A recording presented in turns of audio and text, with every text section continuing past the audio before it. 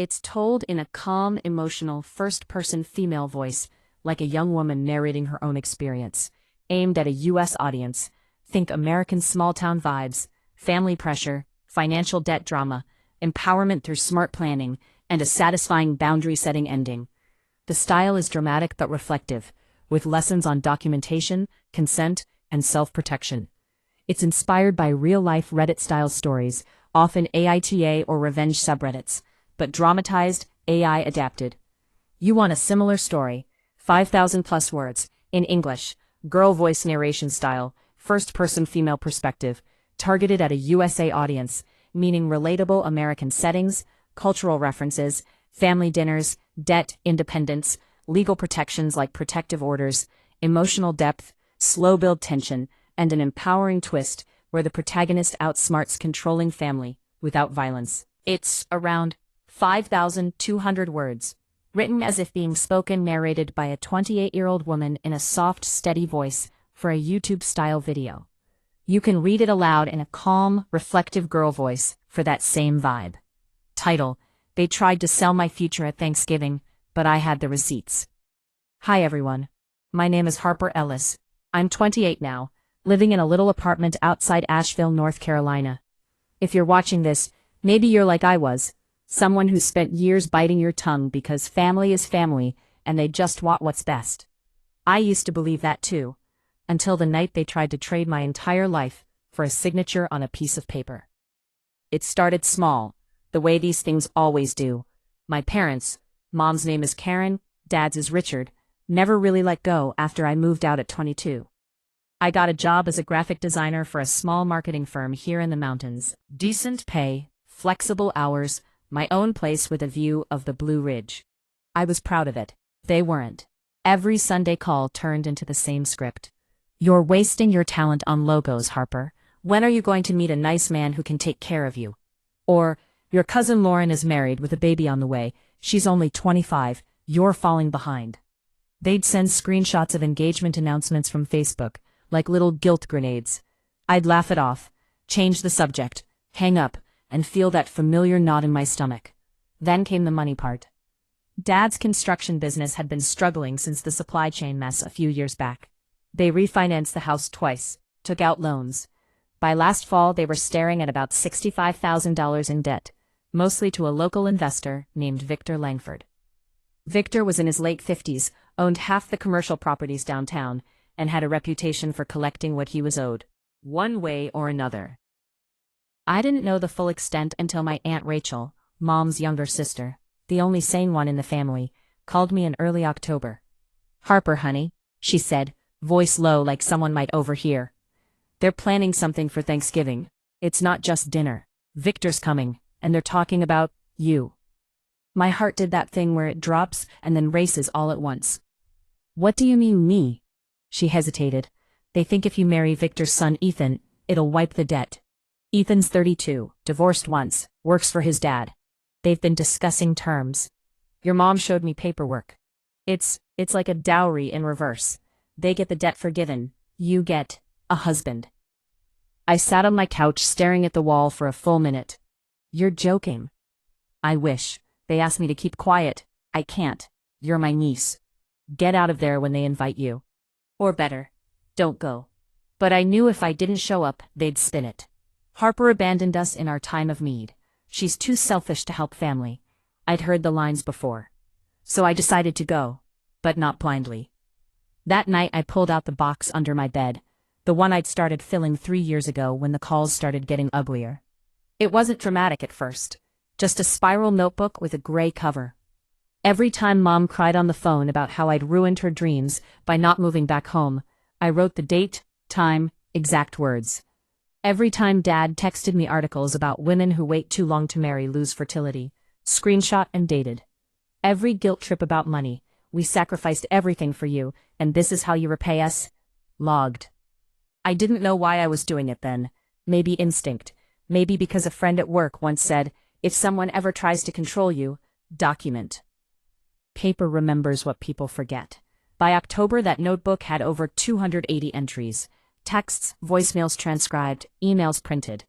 Even a few voice memos I'd secretly recorded during visits home when the conversation turned nasty. I also had bank statements showing I paid my own way since college, no loans from them, no cosigns, proof I wasn't indebted to anyone. I took the notebook to a lawyer friend of Rachel's, Ms. Elena Torres, family law specialist. She flipped through pages, eyebrows climbing. "This is textbook coercive control," she said. "If they try anything physical or legal, this is gold, but let's get ahead of it." We filed 2 things that week. 1. A petition for an emergency protective order based on harassment and threats of financial coercion.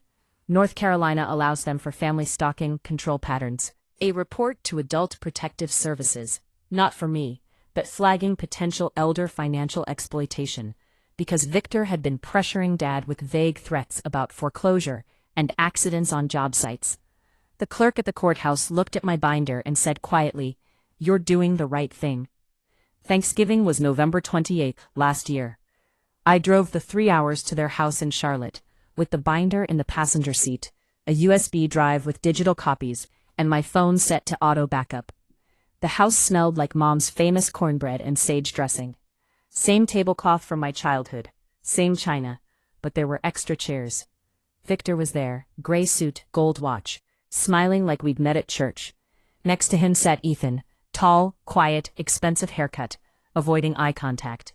Mom hugged me too tight. "We're so glad you're here, baby." Dad shook my hand like I was a business partner. Family meeting after dinner. I smiled. Passed mashed potatoes. Pretended my pulse wasn't hammering. After dessert, Mom cleared plates. Dad locked the front door, casual, like it was habit. Victor leaned back.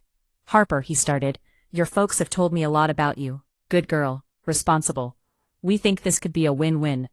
Dad slid a folder across the table. Thick, official looking. Inside, a draft marriage agreement. My name next to Ethan's. Clauses about joint assets, debt forgiveness upon signing and ceremony. Me relocating to Charlotte, quitting my job to focus on family. There was even a blank line for an officiant. And, God help me, Pastor Mike from their church was sitting in the living room corner, Bible in lap, looking uncomfortable. I read it slowly. Let the silence stretch. "So," I said finally, voice steady, "this is how much I'm worth? $65,000? Mom started crying on cue. "Harper, don't be dramatic. We're trying to save the house. Your father's health. Save the house by selling me." I looked at Ethan. "You okay with this?" He shifted. "It's business." Victor chuckled. "Boys got debts too. Family helps family." Dad stood up. "Sign it, Harper, tonight. Mike's ready. Ceremony right here. Simple, legal." I looked at the locked door. Dad positioned himself between me and it. Mom wringing her hands. Pastor Mike staring at his shoes. My mouth went dry, but I'd rehearsed this moment in my head for weeks. I reached into my bag, pulled out 2 envelopes. First one, pale blue. Official seal from the county court. Emergency protective order, I read aloud. Issued November 20th. Restraining Richard and Karen Ellis from any further harassment, coercion, or contact without court approval. Violation is a misdemeanor. Dad's face went gray. Second envelope, white, from Adult Protective Services. Investigation opened November 21st into possible financial coercion and exploitation involving Victor Langford and Richard Ellis. Victor sat forward. "What the hell is this?" I kept going. "I have 280 documented incidents of emotional and financial manipulation going back 3 years. Screenshots, recordings, witness statements from Aunt Rachel. Everything timestamped. Copies are already with my attorney, the police, and a safe deposit box." Pastor Mike stood up slowly. I can't do this. Consent has to be free and voluntary. This isn't right." He grabbed his coat, walked past Dad, who didn't move to stop him, and out the door. Ethan looked at his father. "I'm out." Victor snarled. "Boy." "No," Ethan said. "This is insane." He left too. Silence. "How could you do this to us?" I stood. "How could you do this to me?" Dad tried one last time. "Take it back. We'll forget this. Just sign." "No." I walked to the door, unlocked it myself. "I'm leaving. Don't call. Don't text. Don't show up at my apartment. If you do, the police get the full binder. Every page. I stepped outside. Cold November air hit my face. I heard Mom wailing behind me, Dad cursing under his breath. I drove home that night shaking, pulled over twice to cry, not because I was scared anymore, because I was finally free. The aftermath won clean. Dad tried calling from different numbers, blocked. Mom sent letters, returned unopened.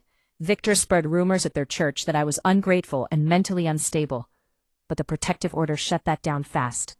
When one of his employees accidentally keyed my car in a parking lot, the police connected it back to him. He backed off quick. Aunt Rachel moved to Asheville 6 months later. We see each other every weekend now. My parents? They're still in Charlotte. House is in foreclosure. Dad's business folded. Last I heard, they're living with Mom's cousin. No apologies, no acknowledgement, just silence. And that's okay. I still have the notebook. It's on my shelf now, gray cover faded, pages thick with proof that I wasn't crazy, that I wasn't overreacting, that my life belongs to me.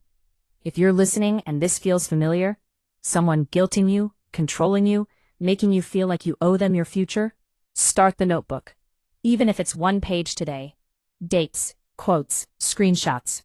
One day it might be the thing that unlocks the door for you. You're not betraying family by protecting yourself. You're saving the person who deserves it most. You. If this story means something to you, drop a like or comment below. Tell me, what's one boundary you set that changed everything? I'll read them. Thanks for listening. Take care of yourselves out there.